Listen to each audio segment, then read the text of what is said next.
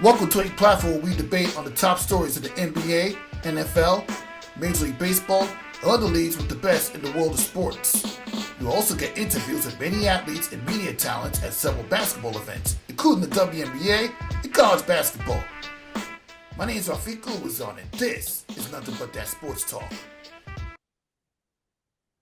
We talking all things hoops from college to the pros. In this episode of Nothing But That Sports Talk, I'm Rafiq Ulazon alongside Cal Griffin from All Things Hoops. Welcome to the show. Thank you for having me, man. I really appreciate you, letting me join the platform. Yeah, it's only right. I mean, come on. I mean, obviously, you've seen all the interviews I've done with Ryan Walker, so it's only right that I bring you in because I see you are very insightful when it comes to basketball. Why don't you tell me a little bit about how all things hoops started off? Well, all things hoop started off in about 2016. Just kind of like my love for basketball. I kind of found a passion in it. Early on, just loving the game, loving everything about the game, and it went from street ball to the pros, and just kind of being a student of the game, man, and just kind of diving in and picking the game apart. I just love everything about the game, man, from the players to the coaching schemes and everything in between. So yeah, man, and also I love to write also. So it kind of took off around 2016 when I combined those passions and kind of put it out there on social media, and got a good response.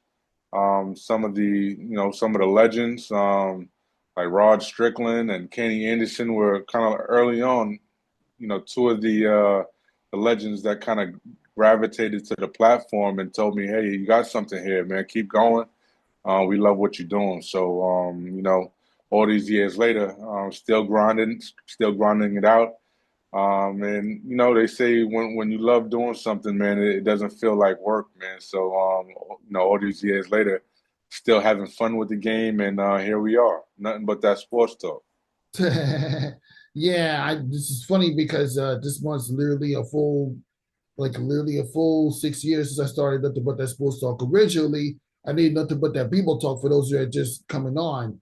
But yeah, I had to do a little bit of branching out to talk about other sports outside of just basketball. And yes, I'm a basketball head. I want to talk football. I want to talk baseball. I want to talk hockey. I want to talk even sports I don't even watch all that much just to educate myself on it.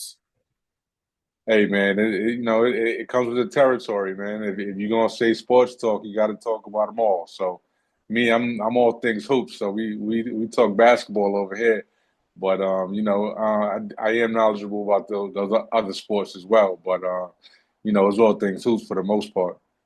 Yeah, I know it's all things hoops. But why don't you tell me about some of the most important stories you covered when you started all things hoops? Oh man, it's kind of taking wings, man. It grew its own wings, and kind of taking flight a little bit, man.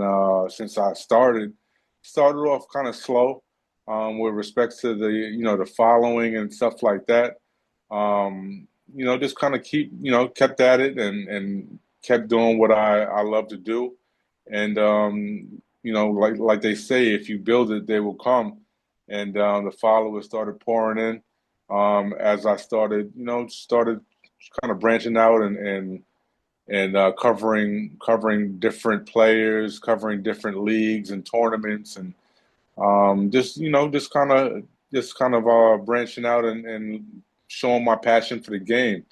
Um, it kind of really started taking off with the interviews that I've been conducting. I've covered guys or interviewed guys like Stephon Marbury, interview guys like it's just so many players that it sometimes kind of leaves my mind. But some of the greats, man, some of the guys that I grew up watching. Like I said, Stephon Marbury, Steve Francis was another big one. It's been quite a ride, man. Just from guys that played in street ball leagues and tournaments that I grew up watching, to some of the guys in the professional leagues that I mentioned just now. You know, I love the game, man, and I love to capture people's journeys and find out, share the stories that these guys have, man, and everybody's story is important, right? Like, just because you made it to the NBA doesn't mean that your story is more important than somebody that played Division III college. So, with that said, man, just capturing stories, man, loving the game and trying to document as much as I can, man. Yeah, that's what you have to do. I mean, seriously, everybody has a starting color in college basketball or some shape or form. I mean, geez, mine's literally started since college, literally at 24. Fast Right. forward, I've covered all things from the WNBA draft, the finals, Big East tournament, Big East media day, everything else that's happened. And you know what? It's because of people like you that inspired me to continue to do more than just interviews. Which Yeah. is the question. Why don't you talk me a little bit about some of the feel good interviews that you had that you enjoyed the most? Interview that I enjoyed the most. Well, there's a lot of, I kind of enjoy each and every one of the interviews, right? But there's some interviews that kind of hit closer to home for me, because the people relate more to me, right? Like guys like Tony Rosa. Tony is a legendary coach, out of New York City.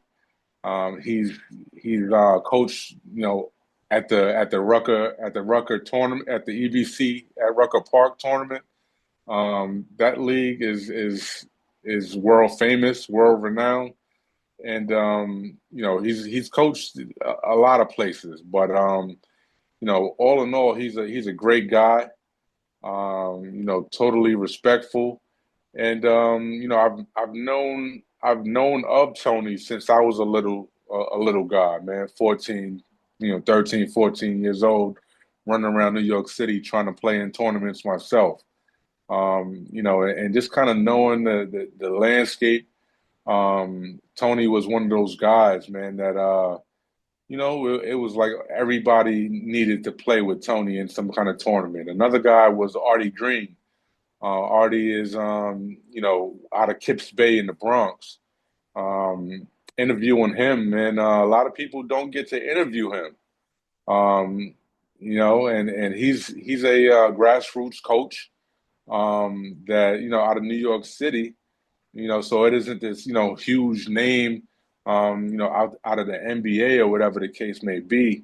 But this guy's story is legendary. He's coached some guys since they were middle school, up until they made the league themselves. Andre Barrett, Kenny Satterfield, Francisco Garcia, and the list goes on. He's coached them since they were little lads. So just kind of, again, man, finding the good in everybody's journey. And those two guys were some of the feel good interviews that I've been able to conduct, that kind of made me appreciate what I do here, and great time interviewing those guys. It's always a great time getting interviews with some people that are like minded when it comes to basketball or just sports in general in life. That's just something that really helps you grow as a media professional in this business. Absolutely, man. The stories are very important, man. I covered the big summit, which is kind of a networking kind of symposium that Baron Davis throws every year at the All-Star game. And I covered this, and I remember I covered it in 2020, when the All-Star game was in Chicago, and I remember vividly Barron and the rest of the guys that he had there, from CP3, Adam Silver, Isaiah Thomas, just so many legends, that had the opportunity to speak, And what resonated with me at the big summit was everybody was talking about storytelling. And storytelling, from the aspect of a podcast or just storytelling in general. Um, they were just like saying, "Hey, this is going to be the next thing that everyone should be, kind of tying, tying up into their companies or whatever media publication you have. Storytelling is going to be big." And so I took that information and and literally tried to collect as many stories as possible. So I take pride in all of the interviews that I've conducted thus far, and again, everyone has their own journey and their own path, and everybody's journey is equally important. No man is more important than the next, and it's quite interesting that the guys that aren't as big, big of names, they have the best stories. And so, storytelling is key. Yeah, storytelling is key. I mean, you have to be able to tell a story about the different people you interviewed, especially when you go into the NBA All-Star break, one of the biggest events. It's as big as it gets, even though, well, at least back in 2020, there was some defensive intensity and meaningfulness towards the NBA All-Star weekend. The dunk contest was slightly better. I mean, it wasn't always won by G League players. The Right. three-point shooting was better. And what made that All-Star weekend so special is that you're doing it to honor the late Kobe Bryant, who died a month before. The All-Star game, man, you know, it's been a little bit lackluster, the past few years. And I think that's because, I mean, the NBA is they're just trying to find something that works. And with those kind of experimental phase that they're in right now, it's kind of a hit or miss. And unfortunately, the past few years has been a miss, because, especially like the dunk contests and those festivities, is because the stars aren't coming out. Back in the day, we had guys like Michael Jordan and Dominique Wilkins, battling to the finish, trying to win, that trophy. You had Vince Carter come out and put on a show. Steve Francis put on a show. And Dwight Howard. These guys were respectively, stars in their own right at the time. And so, right now Mac McClung is cool. He did some groundbreaking dunks. Um, you know, and quite frankly, he saved the night, for the All Star dunk contest. But when you look at it, man, you want guys like John Morant to come out, man. You want guys like Zion to come out at least once, man. And hopefully we get to see some of that next year. But I'm not holding my breath, man, because with the NBA, anything can happen.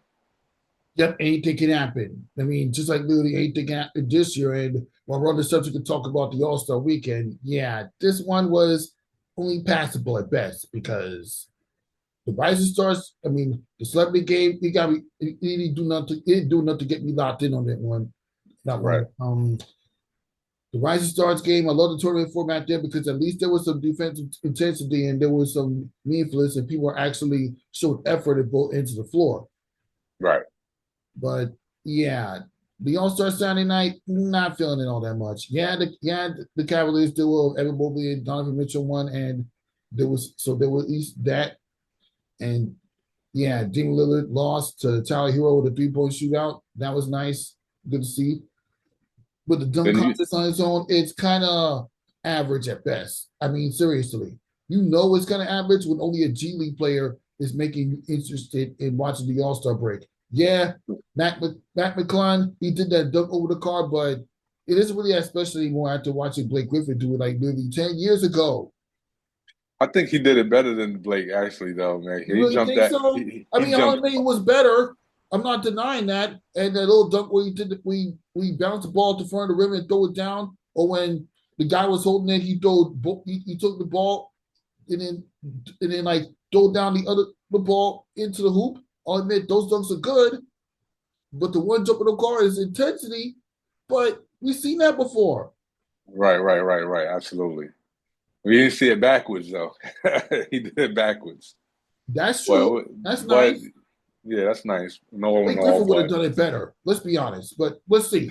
Which leap over the car do you love the best? Blake Griffin or Matt McClung? I know you answered already, but just go in more depth on it. uh, I mean, no idea is original. Right at this point, man, we've seen almost every dunk you can possibly do. It's very difficult to now, the evolution of the dunk. If you look at it, right, if you look at it, and I'm not quite sure how old you are. Maybe I'm telling my age here, 33. but but when you look at guys like back in the day when guys were doing the East Bay dunk through the legs, right? That was groundbreaking when J.R. Ryder did it, right? He actually wasn't the first to do it. I forgot who actually was the first, but I know he wasn't the first to actually do it. But in the dunk contest, he pulled it off, and that was a groundbreaking situation. Then Kobe did it, and now you can find, you go to any junior high school in America, there's probably a kid that can do the East Bay dunk, right? So now we're looking forward to the future, and we're looking to kind of keep that evolution going. And so right now they're at a point where what dunk can you possibly do that hasn't been seen? It's tough. It's really tough and that's why guys like Anthony Edwards, guys like LeBron, guys like even like a John Morant. Even though I think John Morant is a little tricky in the air, but guys like Ant-Man and LeBron, they don't really have a lot of moves in the air, a lot of trickery with their dunks. They just have like a really cool looking dunk, but it isn't like a something that we haven't seen before. So I don't know, man. It's tough. It's tough to keep that evolution going.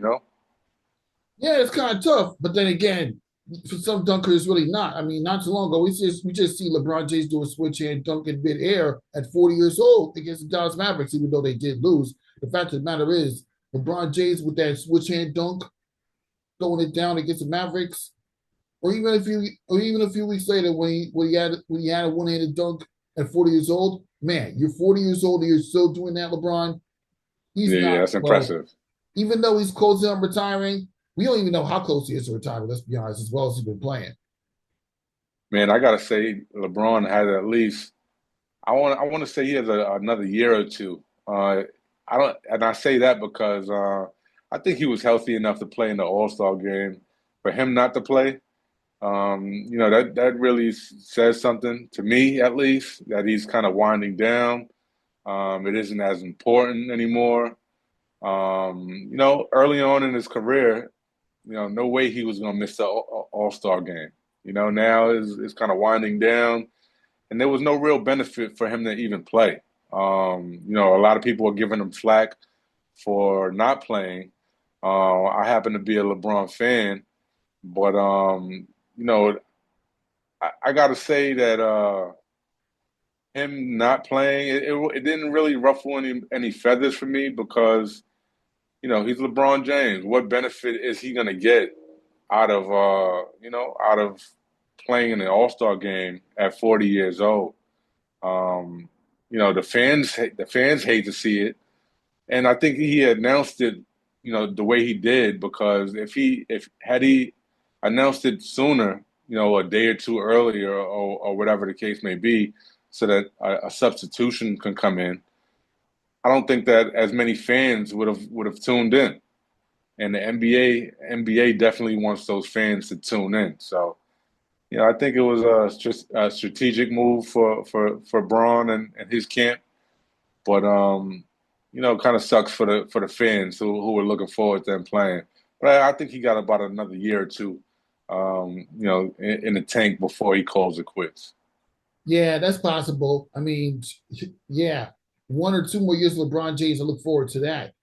I mean, this is going to be very interesting to see how his career goes. When you're talking about the greatest of all time, I don't care what you say. We LeBron ain't gonna is get. my favorite. I was a LeBron fan too. I'm still a loyal LeBron fan. There were times where I wasn't as loyal, but I'm back on the bandwagon. LeBron James has solidified himself as the greatest NBA player to ever touch the basketball. All-time leading scorer, top four in assists. Now Nobody else is going to touch his record.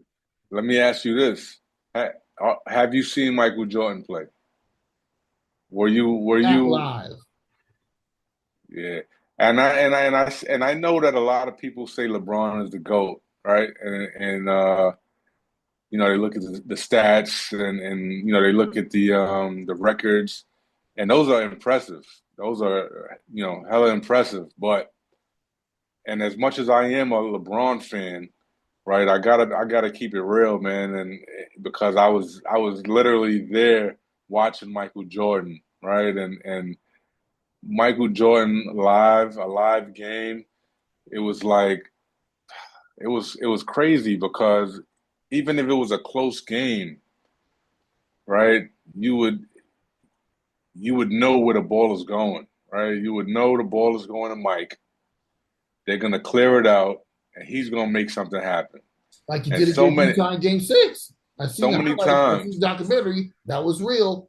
so many times I saw him make it happen, and you just can't write that stuff up and any better than how he used to make it look, man. 6 championships, Finals MVP every time, Defensive Player of the Years, and all of that stuff, man.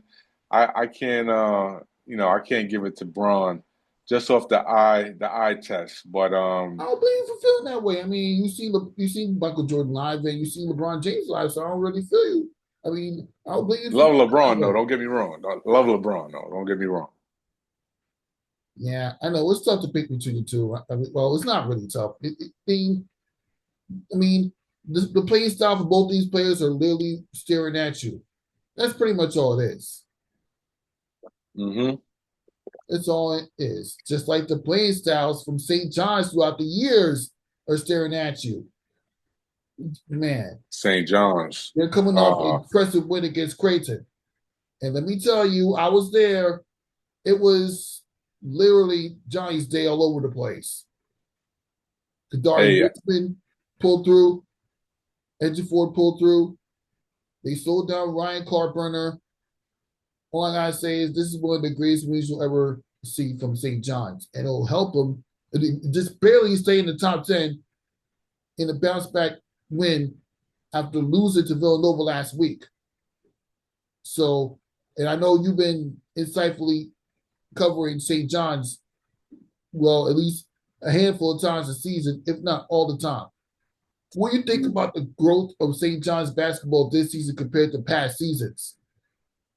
oh man, I gotta salute St. John's, man. St. John's has been they've been a pleasant team to watch this year, man, and to cover. Just because of the development, right? You see them from year to year. And even last year, head coach Rick Pitino has done a great job kind of managing those personalities over there at St. John's. You got the Kadari Richmond, coming in and kind of taking the leadership. You got guys. It's just so many guys that could step up, man, and give you a solid effort on any given night. Um, Luis, just a bunch of guys on that team, man. They're scrappy.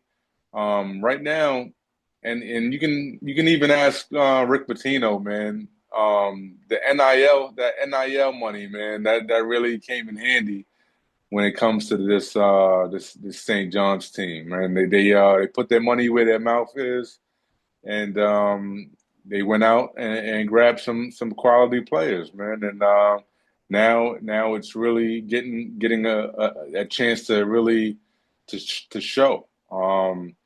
They've been playing some really scrappy basketball. There's no person that like I said earlier, there's no one guy that is a lock to be the leader every night.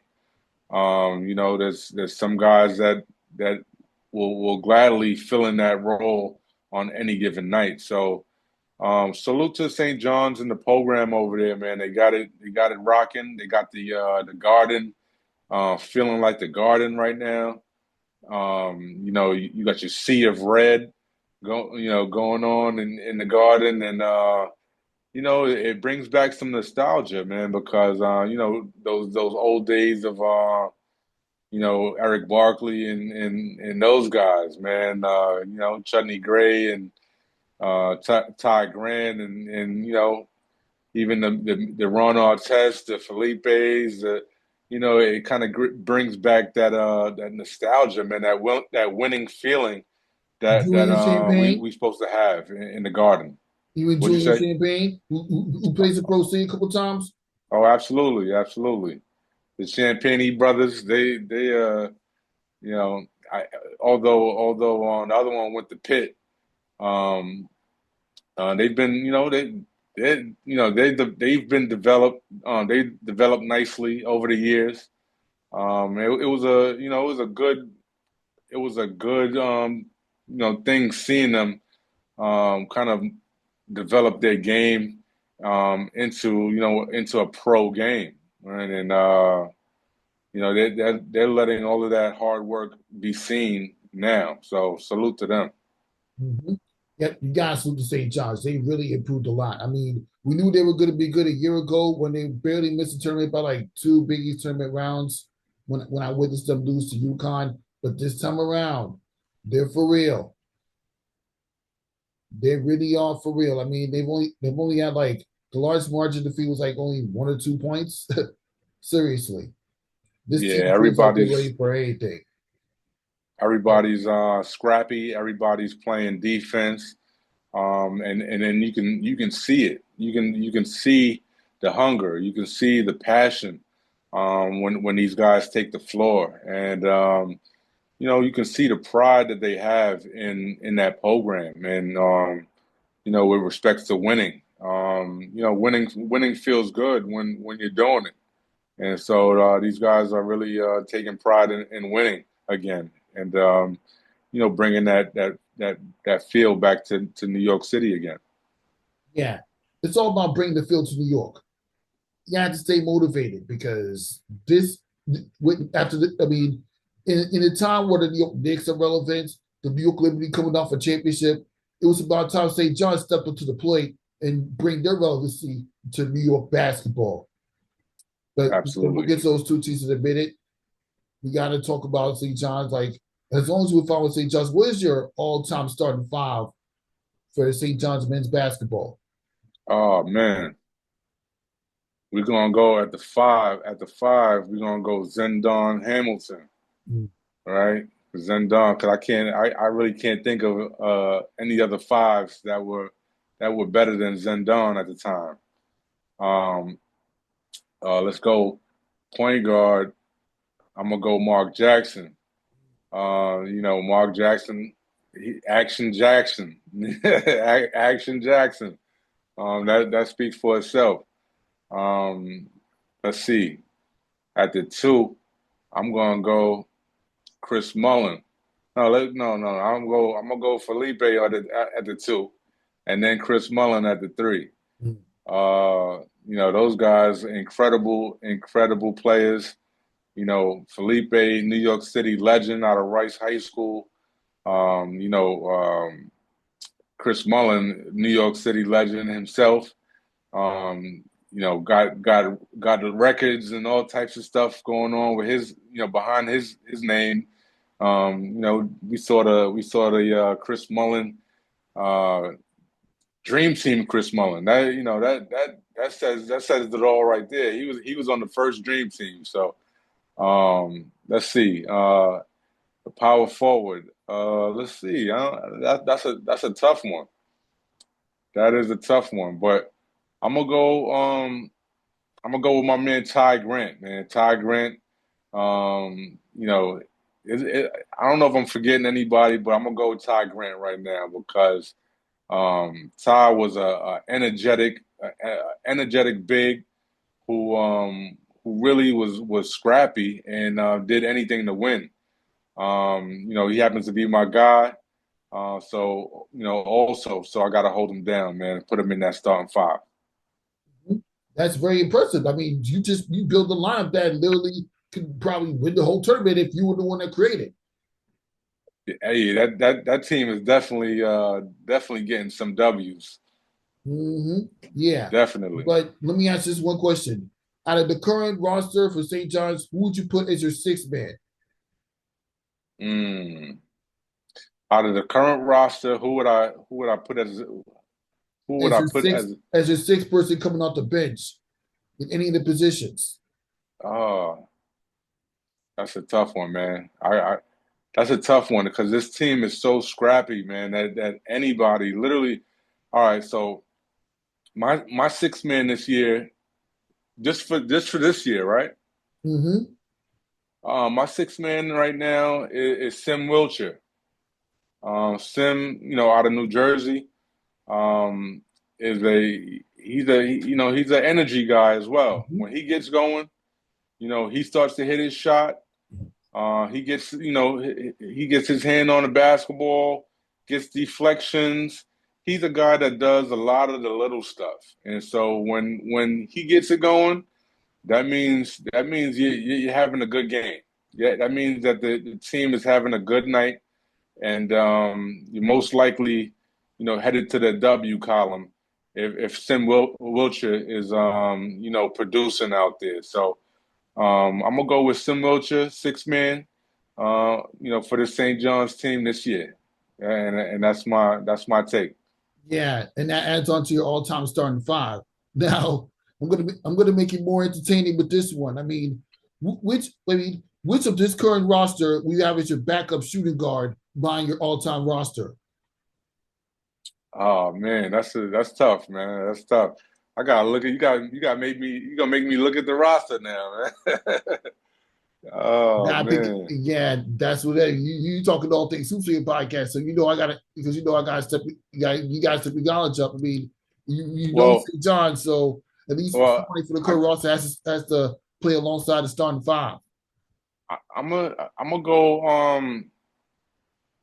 Well, I mean, I know Kadari's a starter, but I think in terms of that starting five that I spoke about earlier, Kadari Richmond, he can fit in right on that team.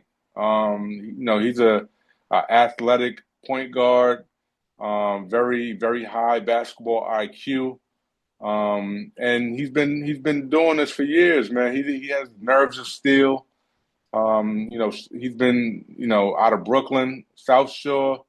Um, you know, went to Seton Hall, um, transferred over to St. John's, and been doing his thing. I even seen him doing his thing over at the New York versus New York tournament in the summertime with Gersh when he was out there in high school.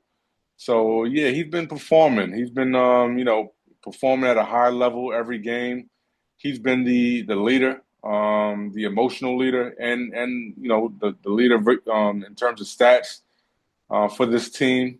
And yeah, I think he could fit right in with that team that I mentioned earlier. Yeah. Not okay. You got your shoot. You got your shooting. Okay. You got your backup point guard. You got your backup shooting guard. Who is your backup a power forward or center? Oh man, Yeah. for a guy that's Would you, on this team, yeah. Would you yeah. Zuby Ejiofor uh, or the kid Vince? uh, I don't know, man. That's a toss up to me right now. That's a toss up to me. I can't even go either way. Either way, for me, no disrespect to the censors who play at St. John's, but you can kind of go either way. With that in that position. You know, you got a solid solid guys over there, man. Zuby is cool. You know, Vince is cool. You know, in terms of being at the five spot. Mhm. But again, it's a toss up, man. I can't even give you a definitive answer on that one. I don't blame you. I mean, when you try to create your own fantasy start lineup Tough. along with your bench, along with the bench, along with like the current roster coming off the bench to play with your starting five. That's something that will need a little bit of deeper dive. Right, right. When you put together your all-time favorites, it's all about taking a deeper dive into St. John's basketball history. I mean, you talk about a team that's only had like one national championship appearance and two Final Fours. Man, I how can I not put Ron Artest in my I gotta put Ron Artest. I don't care who I gotta take off, but Ron Artest goes in that starting five, man. Mm-hmm. Yeah, Ron Artest fits well. I mean, it's only right.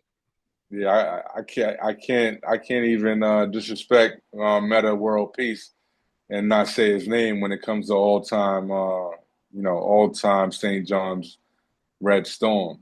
I guess he was Redmond at the time, but they kind of did away with that name. But Yep, yeah, man, that's it. yep, that's really it. All right, let's keep the conversation going because, as I mentioned earlier in the show, there's a lot of basketball is on a mile high right now. The New York Liberty coming off a championship. The Knicks are the top three in the Eastern Conference, with only Boston and Cleveland being the bigger threat. And we already talked about St. John's. What is the best basketball story in the past several months? The New York Liberty win a championship, or St. John's leading leading the conference, possibly winning at least the regular season Big East championship? You said what was the biggest story? Saint, I mean, you said What is the biggest storytelling in New York major professional basketball collegiate? Okay, what is the major story in New York basketball from college to the pros? The New York Liberty win the WNBA championship, or St. John's mm, leading the Big East Conference? man, that's I gotta say the Liberty winning the championship, man. Can't disrespect the ladies out here, man. They brought it Yes. home. They brought it home for the town. They brought it home for New York. And we gotta put some more energy, man, behind the women's game. The women are taking a lot of great strides with respects to with respects to basketball in general. And as you can see, the attendance is up. The interest is up, and this past season, WNBA season, man. Those ladies winning that WNBA championship for the Liberty, man, that was inspiring. It was, if you're a person who loves basketball, and New York City basketball at that, how can you not fall in love with the New York Liberty winning that championship, man? So I gotta go with them, even though the Johnnies being back, is the talk of the town right now. So, but overall, I gotta give it to the ladies. Yeah, you got to give it. You have to give it. And to add on to the question, I mean, what do you think is your overall prediction for the rest of the year? Say, what do you think will happen first? St. John's win the Big East tournament and get into at least the Elite Eight, or the New York Liberty winning back-to-back WNBA championships? Oh, I think that the Johnnies are definitely going to be winning that Big East championship. And Elite Eight. Um, I think they can do it. I think they have a great opportunity this year to pull it off. Um, Even though I have them right now, I have them in the Sweet 16. We gotta, definitely gotta see how they're matched up for me to actually give a definitive answer for the Elite Eight. But I think they do have the talent and the know-how in terms of their coaching to pull it off. Rick Pitino is no slouch. He's a um, storied coach with a legendary resume. So guys like that, you can't count them out. And so I'm gonna go with the Johnnies. Yeah, we can go with the Elite Eight, man. We being optimistic here. Yeah, let's be optimistic. And you know what? The Elite Eight is as far as I'm going to go with them because depending on well, they had to actually go through the whole entire selection Sunday to know who they match up against and how far they're going to Right. go to get more depth on it. But I would say the way they organized, they're at least an Elite 18 if they stay in the top 10. That's only if they stay in the top 10. They can't afford an 11% loss like you did last week against Villanova. They cannot. Yeah. Yeah. That was a tough one. Villanova, they just actually St. John's actually beat them um, right before that, not too long before that. So Mm-hmm. it was a revenge game. Villanova is tough, man. You got Eric Dixon over there. You got Jameer Brickus over there. Those guys alone can will any team to victory. So and they got a chip on their shoulder from losing in the Garden. So it was a toss up, and it's gonna be real interesting come tournament time. Big East tournament, and to see where things line up and who's gonna play who because it's gonna be a dogfight. Yeah, it's definitely going to be a dogfight because we're talking about one of the greatest St. John's teams we'll ever see. And yeah, I'm privileged to actually play-by-play commentary for that one for campus radio station called WSJU as a current student. This is something that you just can't walk away from. Yeah, you biased, man. That's your school. That's your school. So, nah, I'm joking. Yeah, I ain't mad at you. All right. Now on to the next question. Well, obviously, the second half of the Knicks season is about to begin. They've had a good season, but they struggled against the Cavaliers, the Celtics. Well, they got swept by the Oklahoma City Thunder in 2-game series, but they struggled with the Celtics and the Cavs combined. That's the only gripe. And part of it is that because they give up way too many defensive points. You get up 148 points against the Atlanta Hawks. You cannot have that. Right. Well, I'm What an do you think? OKC fan, so I'm an OKC fan. Um, I'm a long time. I was even actually just before just in case anybody's wondering, how the heck this guy's a OKC fan? But I was actually a Seattle SuperSonics fan back in the day, Mhm. and it kind of matriculated into with them kind of falling off the map, me having to kind of pick a franchise, and what better team to pick than the Thunder? So it's been Thunder for me, but love the Knicks, love the Knicks. I'm from New York City, so I definitely have love for the Knicks, and even except for when they play in OKC, you know what I'm saying? I know you're excited about that being an OKC fan, but yeah. What is your overall prediction for your Knicks? How many wins you think you're going to get from this point since they already have 36? Oh man, it's weird with the Knicks, right?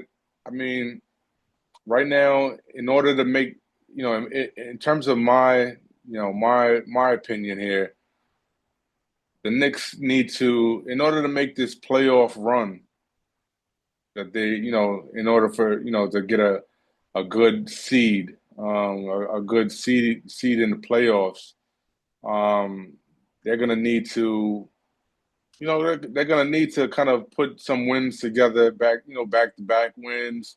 They can't let up, so many points, like they've been doing recently.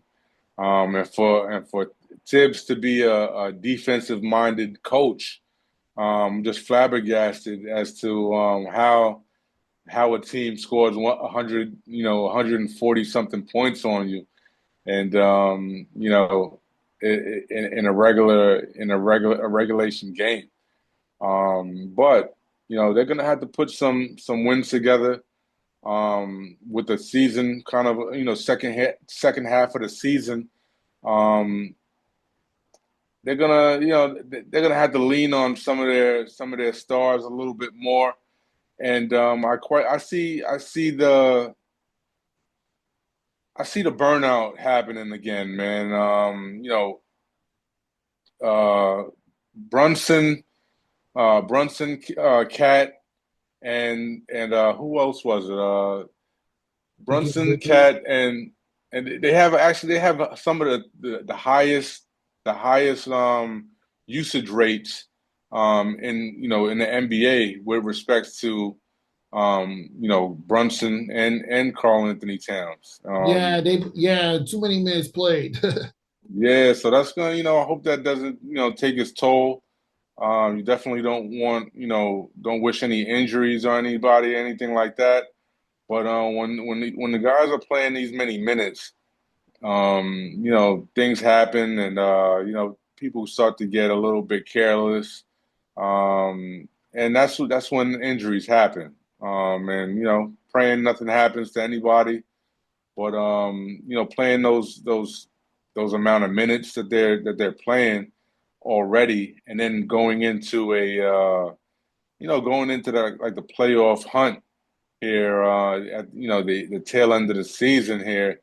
It doesn't fare, bode well for the Knicks in terms of, staying healthy and keeping those guys, all on the court.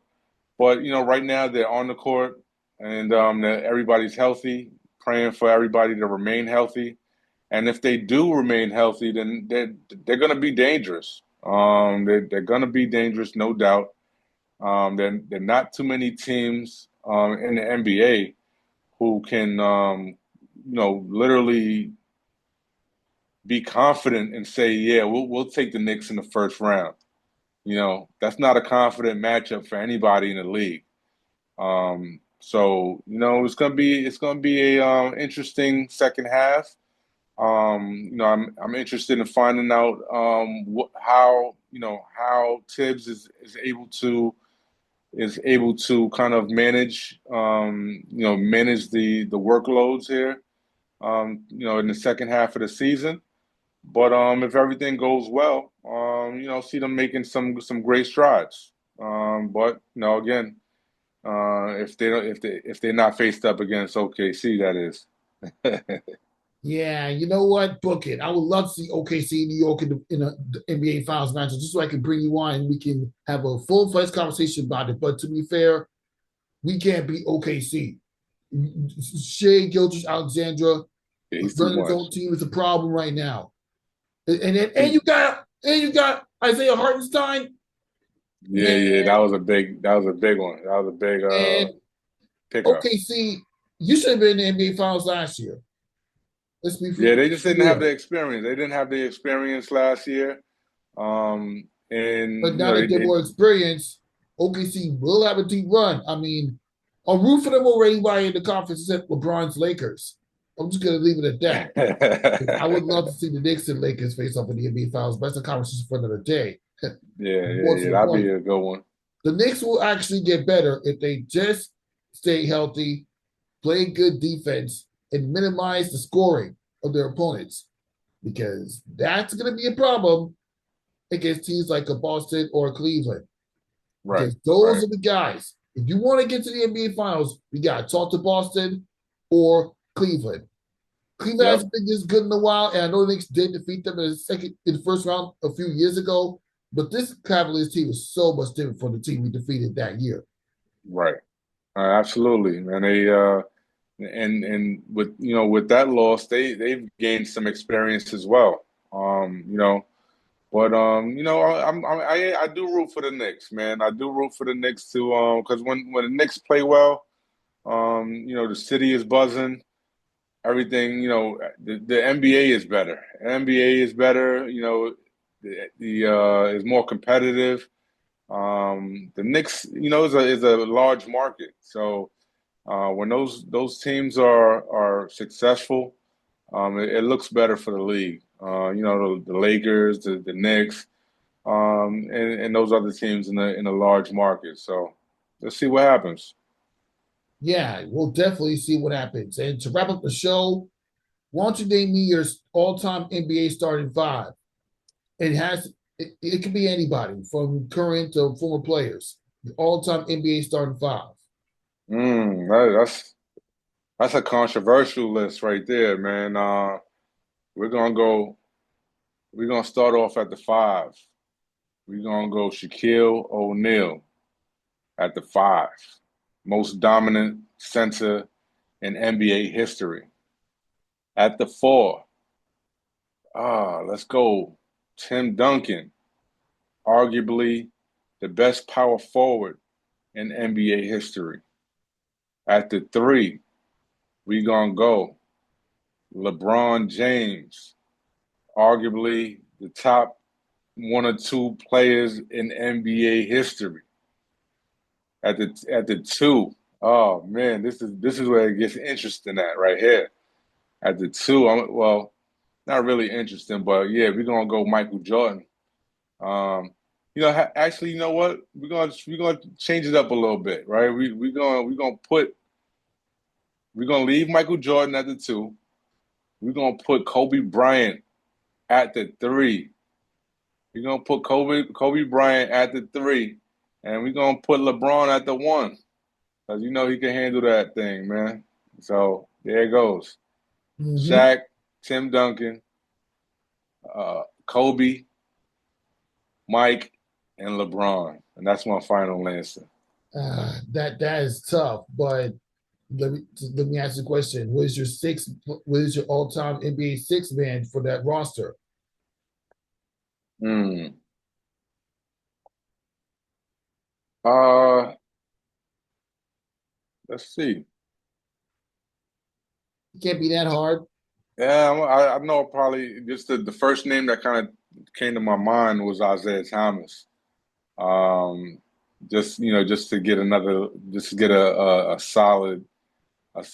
Oh, excuse me, Isaiah, but I gotta go with my guy, man. And I even put him I usually will put him in the top five.